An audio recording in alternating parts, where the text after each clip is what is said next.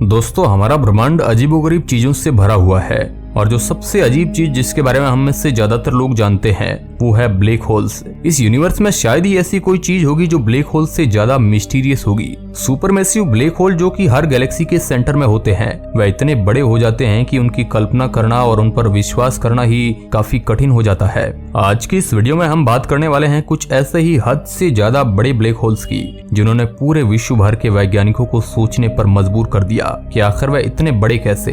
तो चलिए शुरू करते हैं आज का ये वीडियो। हेलो दोस्तों, मैं हूं आपका दोस्त सुरेश सांचोरी और आप देख रहे हैं रहस्य टेलीविजन यूट्यूब चैनल। दोस्तों, पहले हम थोड़ी चर्चा इस बारे में कर लेते हैं कि आखिर ब्लैक होल होते क्या है। ब्लैक होल्स को समझने के लिए सबसे जरूरी चीज है ग्रेविटी को समझना।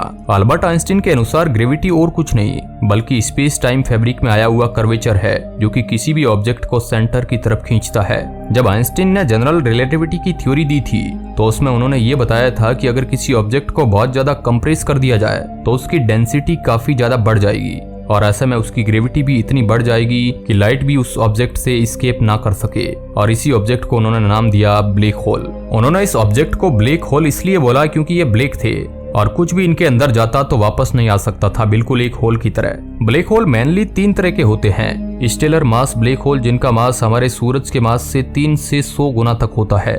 ये ब्लैक होल्स तब बनते हैं जब कोई तारा मरता है, यानी उसका हाइड्रोजन फ्यूल खत्म हो जाता है और वह अपनी ही ग्रेविटी के कारण कोलैप्स करने लगता है। कोलैप्स करते समय स्टार अपनी आउटर लेयर को रेडिएट करता है और पीछे बचता है कोर जो कि अपनी ग्रेविटी के कारण दबता ही चला जाता है और बहुत डेंस हो जाने पर एक ब्लैक होल बना लेता है। जब इसकी डेंसिटी लगभग इन्फिनिट हो जाती है तो इसकी ग्रेविटी भी इन्फिनिट हो जाती है। दूसरे नंबर पर आते हैं इंटरमीडिएट मास ब्लैक होल्स जिनका मास 100 सोलर मास से लेकर 1 लाख सोलर मास तक होता है, जो कि बहुत ही कम नजर आते हैं। वैज्ञानिकों को आज तक नहीं पता चला है कि आखिर इंटरमीडिएट ब्लैक होल्स संख्या में इतने कम क्यों है। ये इतने कम है या फिर हमें अब तक सिर्फ कुछ कैंडिडेट ही मिले हैं जिन्हें हम मानते हैं कि ये इंटरमीडिएट मास ब्लैक होल्स हो सकते हैं, परंतु आज तक कोई भी ऐसा ब्लैक होल नहीं मिला है जिसे हम कंफर्म होकर इंटरमीडिएट मास ब्लैक होल की कैटेगरी में डाल सके।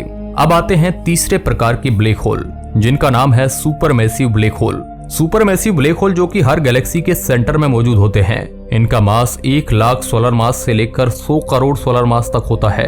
एक सोलर मास का मतलब होता है हमारे सूरज के बराबर का मास। आपको बता दें कि साल 2019 में जब हमने सबसे पहले ब्लैक होल की तस्वीर खींची थी तो वह भी एक सुपरमैसिव ब्लैक होल ही था।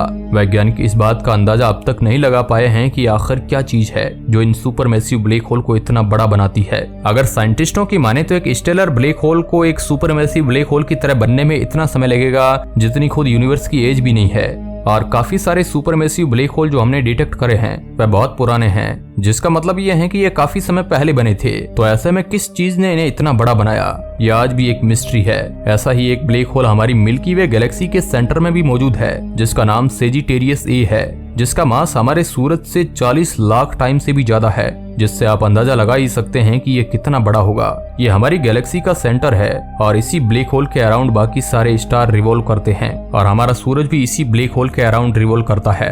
आपको बता दें कि ब्लैक होल की एक चौथी कैटेगरी भी होती है जो प्रिमोर्डियल ब्लैक होल्स या कहे मिनिएचर ब्लैक होल की, जो कि यूनिवर्स के फॉर्मेशन के दौरान बने थे और जिनका साइज किसी एटम या मॉलिक्यूल के साइज का होता है। ये ब्लैक होल अभी पूरी तरह से कंफर्म नहीं है और इनकी थ्योरी पर भी अभी तक काफी प्रश्न खड़े हो रहे हैं, इसलिए फिलहाल इन्हें उतना महत्व नहीं दिया जाता है। और अगर ये एग्जिस्ट करते हैं तो ये डार्क मैटर के कैंडिडेट हो सकते हैं, परंतु अगर ये एग्जिस्ट करते भी होंगे तो अब तक ये हॉकिंग रेडिएशन के चलते इवोपरेट हो गए होंगे और खत्म हो गए होंगे। चलिए दोस्तों, अब बात करते हैं नासा के द्वारा ऑब्जर्व करे गए हमारे यूनिवर्स के कुछ सबसे बड़े ब्लैक होल्स के बारे में जिन्होंने दुनिया भर के वैज्ञानिकों को चौंका कर रख दिया है। हमारी लिस्ट में सबसे पहला नाम है 3C186 सुपरमैसिव ब्लैक होल का, जो कि हाल ही में डिस्कवर किया गया है। इसके बारे में सबसे अजीब बात यह है कि ये सुपरमैसिव ब्लैक होल गैलेक्सी के सेंटर में नहीं बल्कि उससे काफी दूर मौजूद है। जब वैज्ञानिकों ने पहली बार ब्लैक होल की इमेज को देखा जो कि हबल स्पेस टेलीस्कोप द्वारा कैप्चर की गई थी तो उन्हें पता चला कि 8 बिलियन लाइट ईयर की दूरी पर मौजूद ये ब्लैक होल कुछ अजीब है।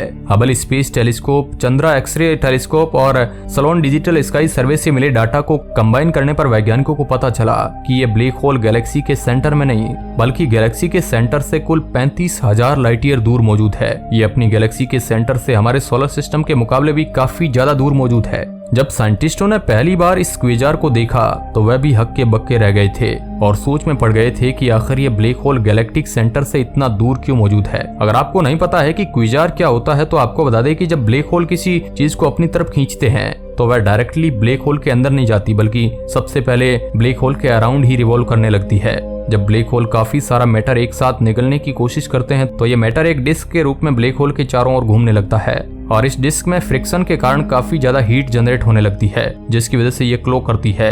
आपको बता दें कि क्विजार यूनिवर्स के कुछ सबसे ज्यादा ब्राइट ऑब्जेक्ट माने जाते हैं और ये इतने ब्राइट होते हैं कि इनके आसपास कोई भी चीज नजर नहीं आती है। इस ब्लैक होल का मास 1 बिलियन सन के मास के बराबर है। कुछ साइंटिस्टों का मानना है कि कई साल पहले दो गैलेक्सी की टक्कर में दो सुपरमैसिव ब्लैक होल टकराए थे और ग्रेविटेशनल वेव पैदा होने के कारण इनकी टक्कर से बना नया ब्लैक होल गैलेक्सी के सेंटर से इतना दूर चला गया।